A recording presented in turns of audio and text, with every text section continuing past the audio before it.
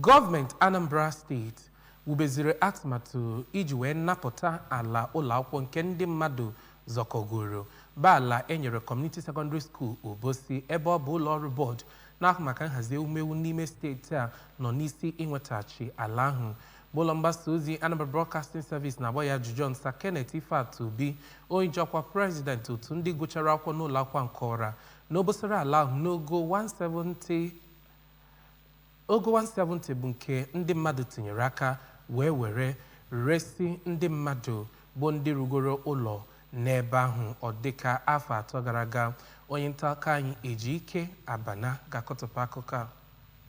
Ya bụ nchọpụta emere bụ nke mere ndị gụburu akwụkwọ na ya bụ ụlọ akwụkwọ ka onye nọ n'isi oche ya ji wee yọọ gọọmenti ka ha bikodo ododo bịanyere ha aka. O toro gọọmenti maka etu ha si wee bịa nnọọ n'oge iji wee nyere ha aka ma gakwa n'iru kwupụta ọtụtụ ihe ha lụgoro na ya bụ ụlọ akwụkwọ iji wee mee ka agụmakwụkwọ n'ebe ahụ bụrụ ejiamaatụ. Ọkaiwu Chike Mmadụekwe, onye isi oche Fiscal Planning Board, bụ onye du ndị otu ọlụ gbanụgbanụ ahụ wee gaa ya bụ njem, kwuru na gọvanọ Soludo nwere mwute oge ọ nụrụ ya bụ mgbakpa kpara ebe ahụ ma kọwaa na ọ bụ n'ihi ya ka gọọmenti ji wee chịkọba otu kọmitii nke onye nọ n'isi oche ya bụ Air Vice Marshal Ben Chiobi ka e were nebanye ya anya. Ọkaiwu Mmadụekwe ga n'iru kọwaa na ndị otu ọrụ ya agago nnọọ n'iru n'aka akara n'ọtụtụ ụlọ bụ ndị tinyere aka n'ala ya bụ ụlọ akwụkwọ bụ nke ọ kọwara na gọọmenti ga-akwatu ya. Ejike Abana maka akụkọ ABS.